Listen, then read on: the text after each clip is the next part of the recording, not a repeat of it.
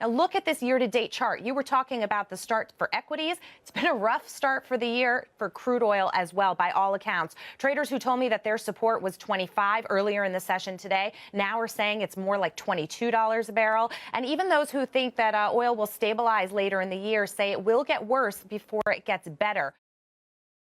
What a difference 24 months make. When we last did a show about oil, the oil industry was in its deepest downturn since the 1990s. But today, oil prices are at 4-year highs. That means that oil is once again a very hot topic, but for an entirely different reason from what it was 2 years ago. The question becomes, are rising oil prices a good thing or a bad thing?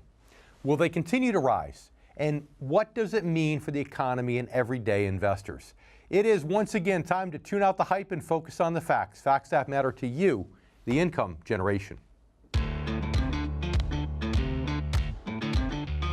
Let's get started. Get ready to separate reality from myth. With us, David Scranton. David Scranton. David Scranton. David Scranton. But David Scranton says, hey, not so fast. How does it affect the markets? How does it affect the economy? Thanks to efficiencies and new technology and a staff of veteran analysts and portfolio managers, Sound Income Strategies strives to set new standards and bring institutional-style investing to your portfolio.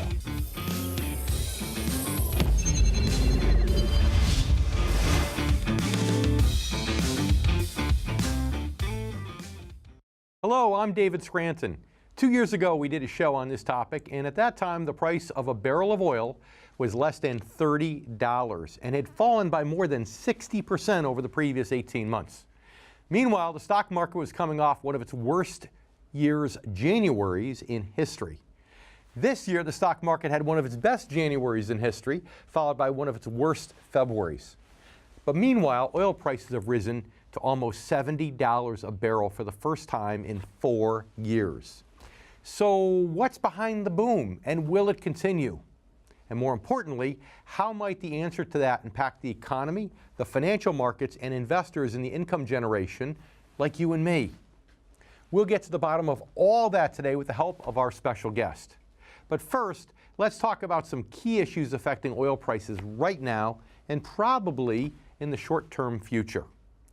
As you might recall, one of the chief reasons for plunging oil prices 2 years ago was that we had a glut, a surplus of oil.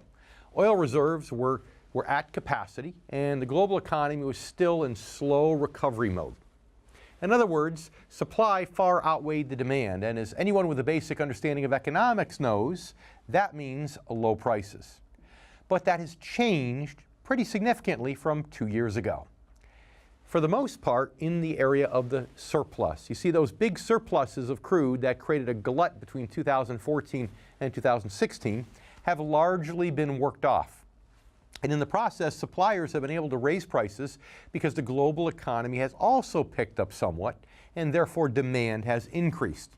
According to one report, demand has spiked by more than 5 million barrels per day in the last 3 years.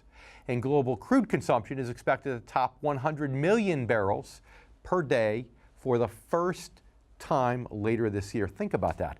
100 million barrels a day. It's a lot of oil. Now, at the same time, OPEC and Russia have cut their oil supplies, tightening the market further. So if demand continues to increase and the reserves continue to dwindle, the question becomes, will OPEC and Russia look to end their supply cuts? That's a really good question, and most analysts think the answer is no. Moscow has expressed some concern about rising prices stimulating rival suppliers such as the United States shale market. But in the end, both Russia and OPEC probably have more to gain right now than to lose by keeping their cuts in place and letting the oil price rally continue. And if it does continue, is that a good thing or bad thing for the economy and global markets? Again, that's a really good question. And the answer, unfortunately, is not simple. It's highly dependent upon many factors. We'll talk more about some of those factors later in the show with our guests. But for now, keep in mind a point I made on last week's show about the current state of the economy and the global markets. With the Federal Reserve still trying to unwind 6 years of experimental economic stimulus, a new tax code in place, and the stock market's volatility index hitting all-time highs, or pretty close to it, we're dealing with unprecedented levels of uncertainty in the financial world. That makes a lot of questions difficult to answer, including all of those related to rising oil prices. And as we just pointed out, the rally we've seen since 2016 is a result of huge surplus reserves being eventually sold off as the demand has somewhat risen and in a somewhat improving economy. The biggest factor, of course, is the sell-off of the demand. But as with overall inflation, which I'll discuss more later on in the show, there comes a point when rising prices become prohibitive and start to slow economic growth. Businesses that rely on transportation, for example, such as airlines and shipping companies, can begin to struggle when oil prices cut too deeply into their bottom line. Oil refiners are also susceptible to lower profit margins when prices get too high. And of course, higher fuel bills can also reduce the discretionary income of consumers like you and me. So with the oil rally so far, it seems to have mostly been celebrated as a sign of economic progress. But even though that's the case, analysts are watching certain factors very closely. Factors that could now cause demand to outpace supply and jack prices up even further to that crippling level. Not surprisingly, most of those factors are geopolitical in nature. You know, the oil market always watches the political realm very closely for potential risks of supply disruptions. Right now, you don't need me to tell you that there are quite a few of them potentially on the horizon. The most pressing is the possibility, of course, of President Trump making good on his threat to withdraw, for example, from the Iran nuclear deal and reimpose sanctions on its oil exports. He's expected to make a decision on the issue by May 12th. Another issue is the economic and political crisis in Venezuela, for example, which has already caused oil output to fall by at least 500,000 barrels per day. And there are similar crises in both Yemen and, of course, Libya that could lead to supply disruptions. In fact, one senior oil analyst recently told the Financial Times that geopolitical risks in the oil market were, quote, as high as he could remember. But on the flip side of all this, analysts are also closely watching factors that might potentially offset the supply threats posed by all these conflicts abroad. For example, oil prices wavered on April 30th in response to data which showed that the number of active U.S. rigs drilling for oil rose by 5 the previous week from 820 to 825.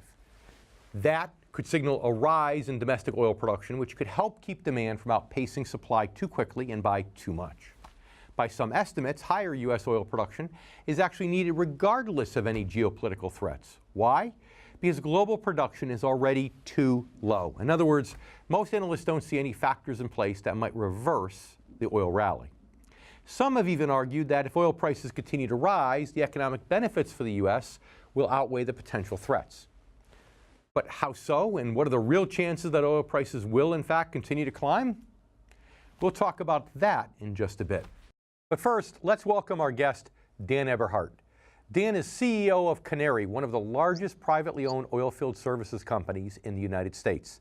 He's been a consultant to the energy industry in North America, Asia, and Africa, and his commentaries appear in Forbes and many other publications.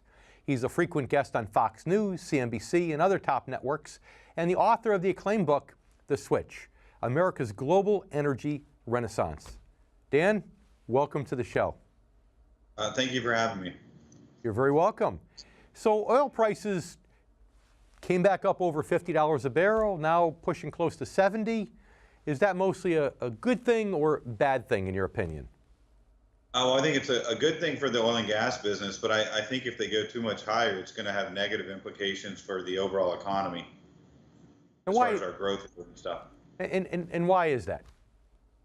Well, I think it just there's a certain point when where it starts impacting capital investment, and it starts to hurt consumer spending. And I think that we're near a tipping point. I think somewhere around $75 a barrel is where we hit that tipping point that it starts actually being, continues to be good for the oil and gas industry, but has negative implications for consumers and for capital investment and the overall economic growth. So we're getting reasonably close to that. And I know you've written a lot about the fact that, in your mind, geopolitical risks are some of the biggest risks facing the oil industry today. Are Are those the things you think are most likely to push us up potentially over $75 a barrel? And if so, which of those concern you most? Sure. So yeah, I think it's been a relatively quiet 3-4 year period as far as geopolitical tension, shooting wars, refineries being harmed or attacked, and just geopolitical uncertainty in general. And I think that's really ending right now. You've got production in Angola is falling massively. You've got production in Venezuela that's dropping precipitously, and then you've got this looming Iran deal that Trump may or may not pull out of on May 12th. And then you've also got the Russia situation with all these sanctions. And then finally, there's the kind of proxy war between Saudi Arabia and Iran and Yemen. And I think, any one of these factors, and especially if there's 2, 3, or 4 happen at one time, could really send oil spiking, not out of control, but pretty high. Which would you say are the top 2 of those that would affect us adversely to the greatest extent as a country? Sure. So I think I think oil is going to move, $5 up or $5 down when Trump announces a decision. I think on the Iran deal, I think that's about half priced in. I also think there's very big implications in Venezuela, and I think that's going to happen soon. Their production was about 2.2 million barrels a day in 2016. It's right now about 1.6 million barrels, and I'm looking for that to fall to around 1 million barrels a day by the end of the year. And I think that's going to have there's going to be a lot of unrest and potentially regime change in Venezuela, and I think that could be affect the oil markets, but also a lot of other things. What would have to happen to push oil prices, do you think, over $100 a barrel? Would all these geopolitical risks have to occur in real life at the same time, or what? No, I mean, not all of them. And look, the Venezuelan production falling and the Angola production falling, I mean, that's a fact that's happening. I think an escalation in Syria that pitted the U.S. against either Iran or Russia or both in an active shooting war, I think that would be tremendous. And I think if something happened between Iran and Saudi Arabia, that would also be pretty precipitous to push oil higher. But again, I think even as a guy in the oil and gas industry, $60 oil is great, $70 oil is great, $80 oil is great, but I really, $100 oil is really bad for us too. I don't, because it creates other problems. I kind of hope it doesn't get there. I hope your $75 a barrel production ends up panning out. That would be a really good scenario. We need to take a commercial break right now. Dan, please stay with us. We have a lot more. In fact, we're going to talk when we get back about the effects of increased U.S. production and how that may or may not offset, or to what extent it might offset this. So you stay with us right now. We'll be right back with more words of wisdom from Dan Eberhardt. If you're near or in retirement, head over to theincomegeneration.com and download your special report written specifically for the needs of the income generation, again, those born before 1966. I'm David Scranton, and you've been watching The Income Generation.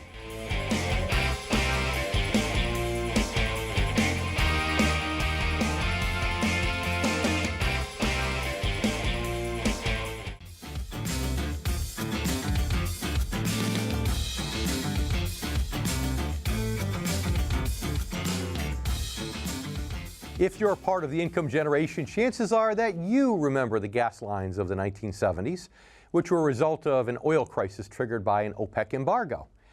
And by the end of it, the price of a barrel of oil had tripled globally. And in the United States, prices went up even more. Thankfully, we've come a long way since then in terms of decreasing our dependence on foreign oil. Gone are the days when the U.S. had to import 12 million barrels of crude oil and finished products per day. Back then, high oil prices were definitely an enormous drag on the U.S. economy. But would that situation be the same today, even if oil prices were to continue rising? Would prices inevitably create the kind of tipping point we talked about where they became prohibitive and put the brakes on economic progress? While the prospect of this worries some economists, other analysts have argued it doesn't necessarily have to play out that way when you factor in trade.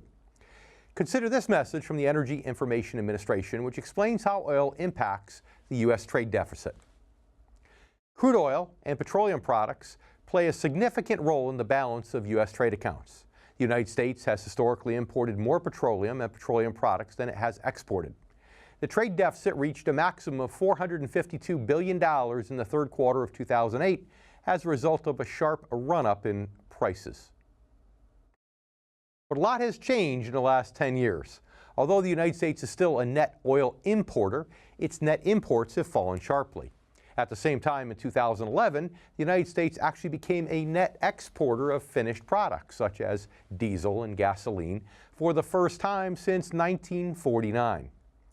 Exports of finished products have continued to increase ever since, rising from 4.7 million barrels per day in 2016 to an estimated 5.1 million barrels per day last year. And as a result, higher oil prices have actually helped increase our trade surplus on finished petroleum products. While that isn't yet true of petroleum imports and exports total when they're all factored in, the situation does seem to be moving in the right direction. To put it simply, if the U.S. were ultimately to become a net exporter of crude and petroleum products in total, as it now is with finished products, then higher oil prices would pump more money into the U.S. economy. As some analysts see it, we could eventually be in a similar position to that of many OPEC nations, with a net benefit to our economy from higher oil prices. Again, that isn't the case right now, so there still is concern over the potential negative impacts of oil prices spiraling out of control. But some of the same factors working to offset that possibility also bode well for the possibility of the U.S. becoming a net exporter in the future. One is that U.S. production is increasing, in large part because President Trump is a very oil-friendly president. He carried the vote in the 3 top oil-producing states in the country, Texas, North Dakota, and Alaska, and in all but 4 of the top 25 oil-producing states in the country also. All these states like higher oil prices, and already rising oil prices, along with deregulation by President Trump, have allowed the United States shale oil production to rebound from its 2016 decline. In fact, U.S. shale is outpacing growth expectations, with total U.S. output expected to expand by about 1.4 million barrels a day this year, or a full 10%. And as mentioned earlier, the number of active U.S. oil drilling rigs increased recently. But if higher oil prices are expanding our own oil industry and are a sign of economic growth, then the question becomes, why has Wall Street had such a rocky start to the year in spite of this oil boom? While oil prices gained nearly 13% in the first 4 months of the year, the stock market had its worst start to its second quarter since the Great Depression, and it remains highly volatile. Part of the reason is something I've discussed many times on this show. As a result of quantitative easing and its after effects, there is still a fundamental disconnect between stock market performance and economic fundamentals. Another reason has to do with speculators and the way oil is traded in the futures market. Bankers say that a lot of the money coming into oil now is from speculators looking to cash in on so-called late-cycle assets, such as commodities. These are thought to do well, of course, at the end of a long cycle of overall market growth. In other words, investors taking a long position on oil right now may be yet another sign that the stock market as a whole has maxed out and is ready for another prolonged major correction. Finally, investors already worried about rising interest rates and general inflation, as we discussed on last week's show, may see rising oil prices as just one more part of a broader threat. While oil isn't included in the Consumer Price Index, the CPI, rising oil prices often create a domino effect as companies that rely on oil, such as airlines, pass the increase on to customers. And remember that the overvalued stock market is heavily dependent upon President Trump's promise of a sustained GDP growth rate of 4%, which most economists, as well as the Federal Reserve itself, are skeptical is even possible, even in a best-case scenario. Now add the possibility of rising oil prices as another potential threat to that goal, and it's easy to understand why Wall Street's been so rocky in spite of the oil rally. And with so many uncertainties in place, I don't see that rockiness changing anytime soon. Now it's time to welcome back Dan Eberhardt, CEO of Canary Oil. So, okay, the United States has increased its production. I know we've gotten to a point where we actually now are a net exporter of finished petroleum, finished products. How much do you see this increase being able to prevent some of the potential for an oil crisis such as we saw back in the 1970s? Sure. So I think that actually what's going to happen is the worldwide demand growth is going to increase about 1.5 million barrels a day. And I think in 2018, and I think the U.S. production is actually going to increase by a fairly similar amount. So I really think the surging U.S. oil production is really kind of a swap for the increased world demand growth. And I think all these other geopolitical risks that I mentioned before the break are really potentially a catalyst for oil to spike, much higher than where it is now. So can we as a country get to the point where we have the right trade balance with oil in total, where we're exporting more than we're importing, or at bare minimum we're self-sufficient? Sure. Well, I think that we're very much headed there. Oil exports have been reaching and approaching 2 million barrels a day. So from a standing start of zero 2.5 years ago, it's really quite impressive that we've been able to do that. I think that for us to export more than 3 million barrels a day, I think there's going to have to be a lot more infrastructure. I think we're running out of takeaway capacity, so pipelines in West Texas, and I think that we need more port facilities for the offtake in the kind of Texas, Louisiana, Gulf Coast area to boost the production above 3 million barrels a day. But I think that, I've always thought energy independence is a bit of a misnomer. I think we need to be able to trade certain grades of crude with Canada, certain grades of crude with Mexico. But, our refineries are hungry and we want to operate the refineries at 100% capacity. So I think that we will always be importing some of the heavier stuff from Mexico, and I think they'll be taking some of our lighter crude. And I think that you'll see some swaps around the Canadian border, and I think that just makes sense. But the surging U.S. production really does limit our kind of national security risk a lot from where it was like in the 1970s, for instance. Sure, absolutely. Now, do you think with President Trump at the helm, at least for a little bit longer, maybe longer than that, do you think that'll help us in terms of boosting our own production in this country? Yeah, well, I think Trump has been a friend of the oil and gas industry and a friend of business. I think he's made several steps that are positive towards the development of using American oil and gas and unleashing American energy, and I expect him to continue to do so. So I think it's a net positive for the industry, unlike the kind of regulatory climate and regulatory restrictions and the stalling on the Keystone Pipeline and some of these kind of initiatives that came out of the Obama administration. So in 30 seconds we have left, all this trade war talk, is that a big concern also in this over the next year?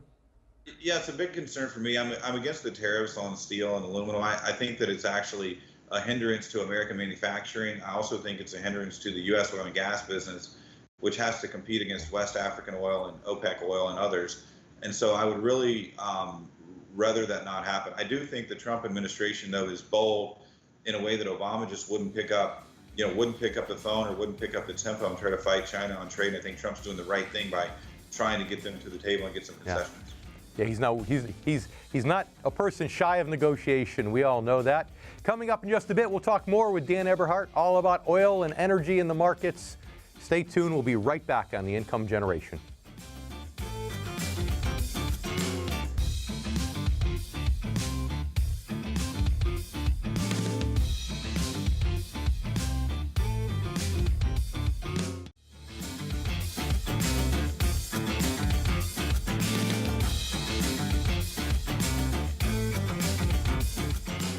So in light of all the worries on Wall Street and the uncertainty in the Middle East, the question becomes, will oil prices continue to rise, or is this fear overblown?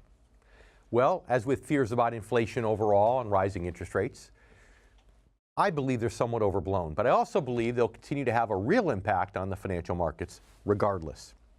And we'll talk more about that in just a bit. But right now, let's talk about some of the factors that I believe will help stabilize oil prices.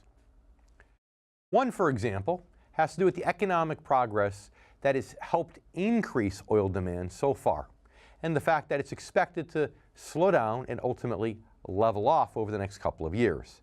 Again, most economists are skeptical that President Trump's promise of a sustained 3 to 4% GDP growth is even possible, even when considering the effects of his tax cuts in place. As former Treasury Secretary Larry Summers said in an interview just last week, quote, "Yes, we are growing at a reasonably rapid rate, but it's taking unsustainable fiscal deficits to drive us to that point. You can always generate a sugar high. The real problem for us is not achieving growth, but achieving healthy growth with a financial environment that's sustainable. And as we discussed last week, even as the Federal Reserve has forecast GDP growth no higher than 2.5% or so for the next 2 years and predicted a cool down to under 2% after 2020, they're also looking for inflation overall to stabilize at around 2%. The problem with forecasts of inflation and growth beyond those levels, of course, is that they don't factor in some important details. The idea of President Trump's tax cuts as an inflation driver is a perfect example. Those are based upon the assumption that because Americans have more money in their paychecks, they're automatically going to spend it on goods and services, increasing demand and driving up prices. But that assumption overlooks a very important factor. The nation's largest demographic is the income generation. And ever since getting burnt by 2 major stock market crashes in the last 18 years, they've been more focused on saving and paying off debts than spending.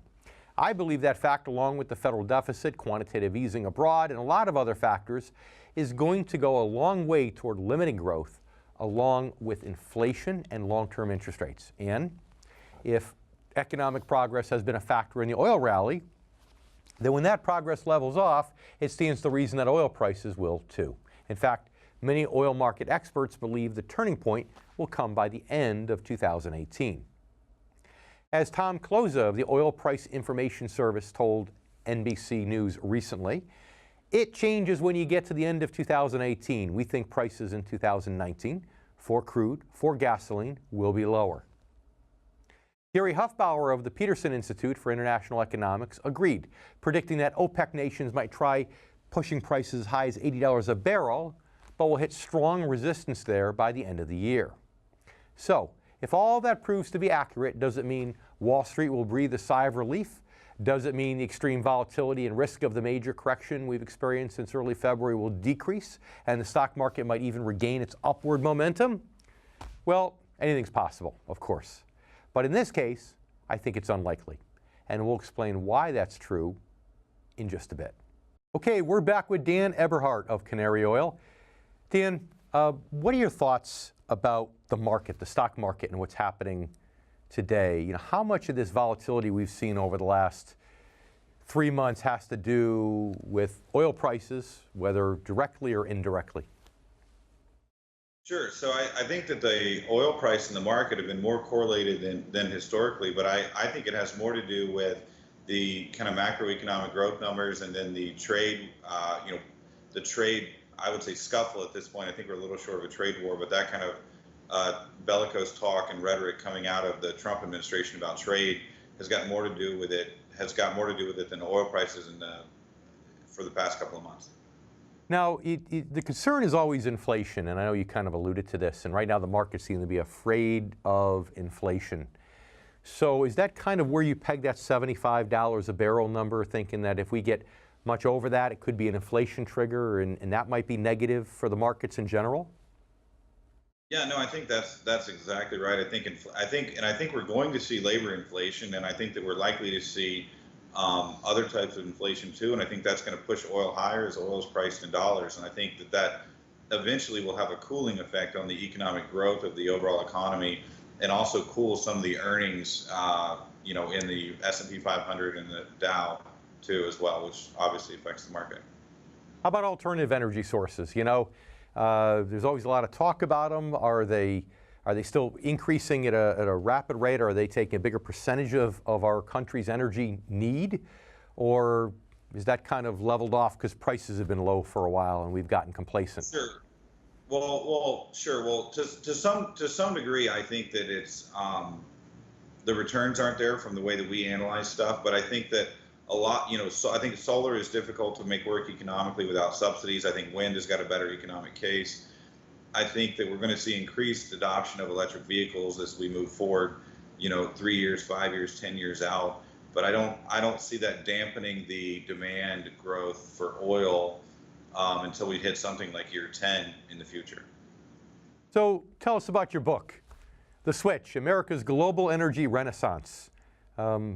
Sure. So it basically talks about how U.S. shale has changed the way we look for oil, the way we find oil, and what's going to happen. And it kind of was right there on the precipice before the downturn happened, and it I don't think that the timing is not completely correct, but it basically predicts kind of what actually happened with there being too much supply and that causing prices to collapse.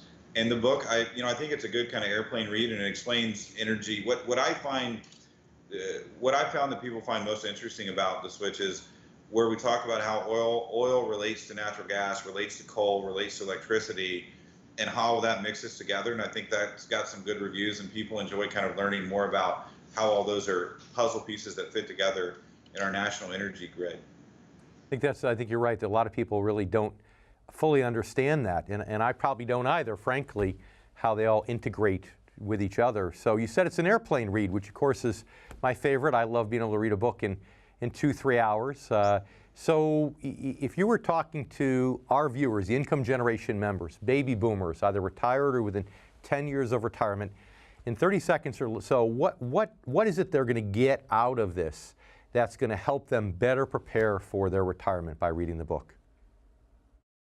Sure. Well, I think they're going to get a better understanding of the energy marketplace and a better understanding of where to invest within the energy space in terms of MLPs, exploration and production companies, and service companies, and then a little bit on understanding, okay, what's behind electricity? Well, it's some coal, it's some nuclear, and it's some natural gas, and how all that mix works together.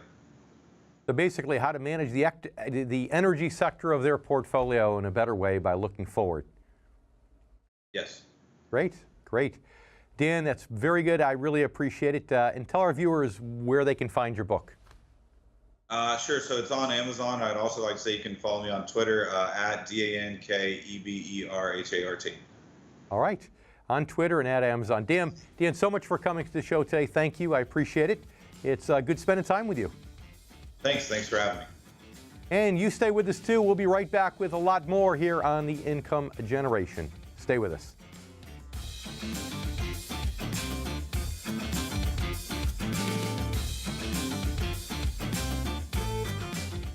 Read David J. Scranton's groundbreaking new book, Return on Principle: 7 Core Values to Help Protect Your Money in Good Times and Bad. Discover practical solutions to the financial challenges facing today's generation of retirees and near retirees. Learn the truth about Wall Street, the financial media, and the secrets they try to hide from everyday investors.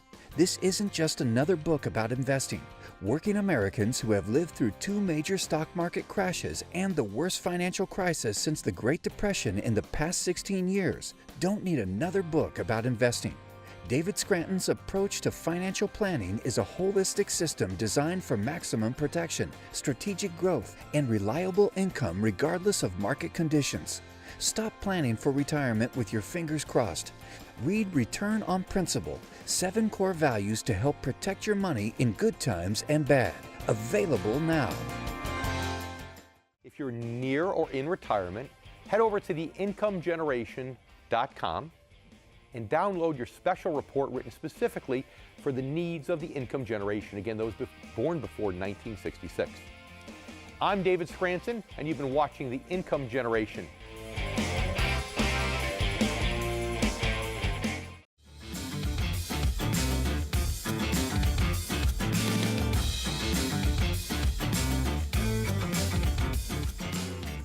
As I point out a number of times right here on The Income Generation, the financial markets are driven primarily by emotion, specifically the emotions of fear and greed.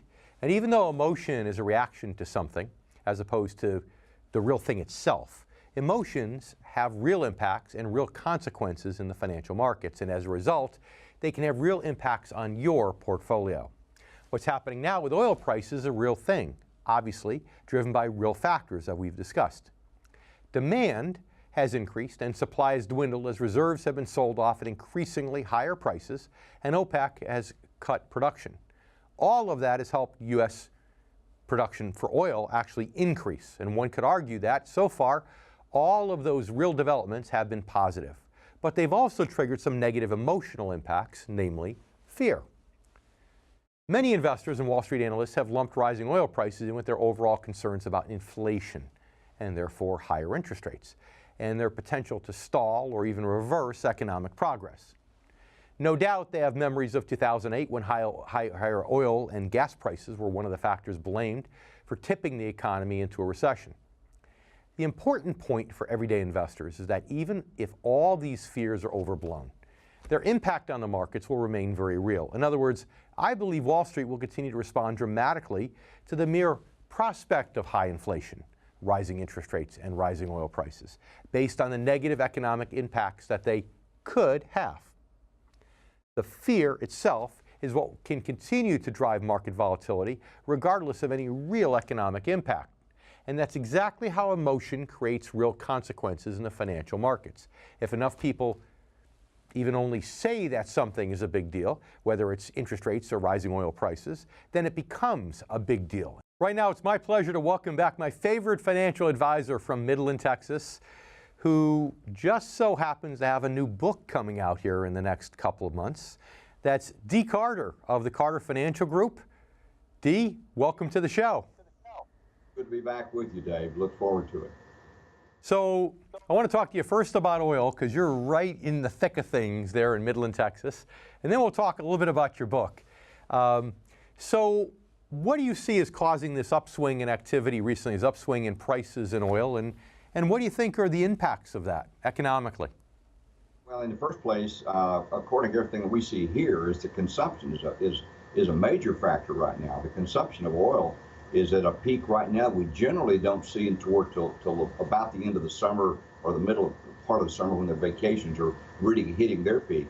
But right now we are literally above what we are at this time, 20% ahead of schedule as far as the consumption is concerned, and that's nationwide. That's not just here in Texas, that's all over the country.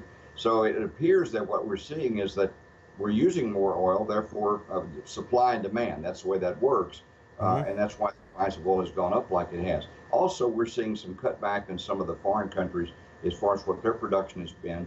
In fact, I just read yesterday that the Permian Basin, where I live, which is mostly West Texas and part of eastern New Mexico, it will soon become the largest oil-producing area in the world. It's going to surpass Saudi Arabia in its production very soon. And, so by when are they predicting that? Just within the next few years, or? Next year to year and a half, we look like that. Because of the shale production out here, we now see you don't ever see a dry hole anymore. These geologists are amazing. And with directional drilling, they can go down at a certain depth and go off in all directions and pick up, and they'll find oil somewhere. So you're seeing a tremendous amount of that type of opportunity and action out here right now. In fact, there's over 450 wells being drilled right now in West Texas. So do you think prices are going to keep going up? If you had your best guess as to what a range might be for oil prices per barrel, where do you think we're going to have the range? I think we're going to see the price of oil go into the $85 a barrel area within the next perhaps 2 years. The clients that I have, and I have a number of clients that are in the petroleum business, either in the acquisition or the maintaining and the service divisions, and they're all telling me that they have contracts right now, Dave, that are going out 2 and 3 years. Wow. So if you're seeing that kind of activity, you can bet your bottom dollar, and that's probably the thing we're talking about, is bottom dollars. You can bet that we're going to see more and more of this stuff going on, and the price of oil going probably to $85 a barrel before. It's not going to go like it did several years ago when it jumped up to 140 almost overnight. Yeah, let's hope not. No, we don't want that to see that happen even here. Right. We'd like to see a steady increase, but not going to that kind of crazy number. No, it's interesting. It sounds like the United States is doing what they can to increase the supply to make up for reduced supply in other areas, which hopefully will keep your prediction in place. Will keep oil prices from getting too crazy. Dee, we need to take a commercial break, but stay with us, please. And you stay with us, too. We have a lot more from Dee Carter right in the oil center of our country in Midland, Texas, coming back on the income generation. Stay with us.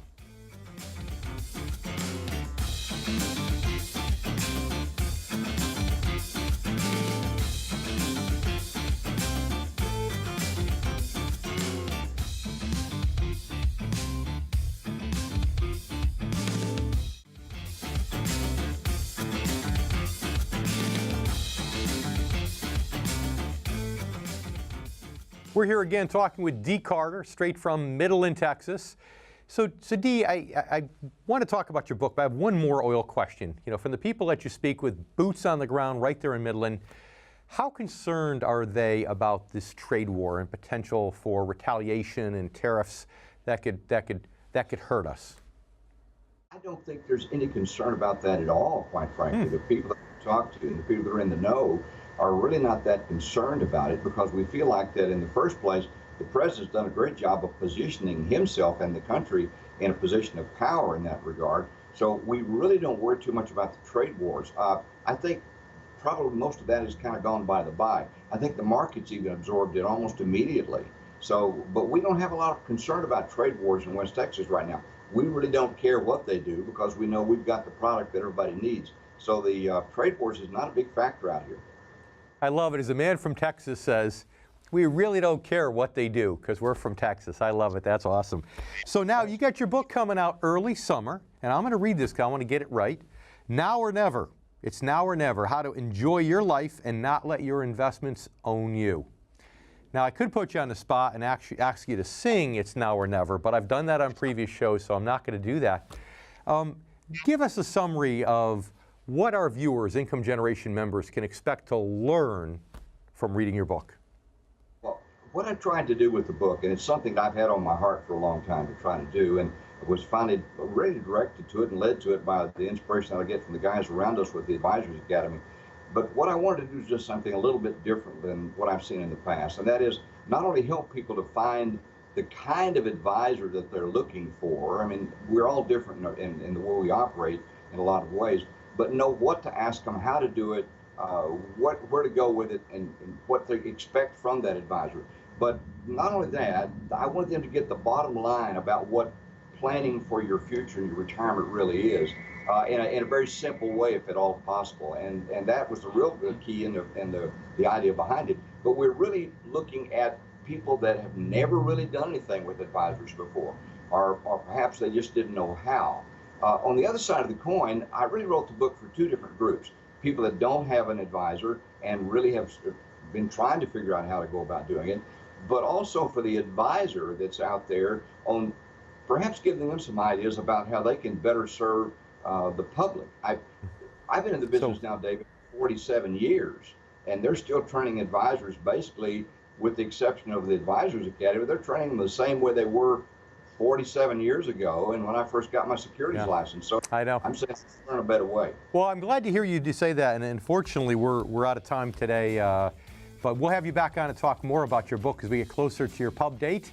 But it's good to write the book to those two audiences, because a lot of people today who don't have an advisor that are doing it themselves, and they need to know what to do too. So Dee, thank you very much. Yeah, I appreciate it. Good having you back, and you stay with us. We'll be right back here on The Income Generation.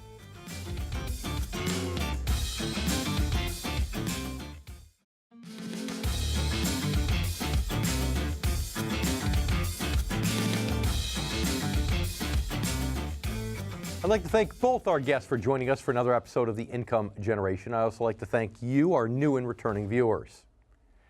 You know, last week, we talked about the Federal Reserve's job right now being similar to trying to land an experimental airplane, a plane launched 9 years ago in response to the financial crisis, when unprecedented levels of artificial stimulus began to be pumped into the U.S. economy. All that experimentation has brought us to where we are today, to a brand new age of economic uncertainty. Think about it. In order to land this airplane safely, the Fed needs inflation, but doesn't want too much of it too quickly. It wants to continue raising short-term interest rates, but again, at just the right pace so as not to risk another recession. Meanwhile, Wall Street's anxious for GDP growth to catch up with the overvalued stock market, but is also extremely nervous about that growth being slowed or even reversed by factors like high inflation or higher interest rates. And as we saw today, you can add the potential negative impacts of rising oil prices to the list of things weighing on the minds of those on Wall Street. That's a big change from 2 years ago, when investors appeared fearful of falling oil prices. But that just goes to show you how unpredictable the markets have become in this new age of economic uncertainty.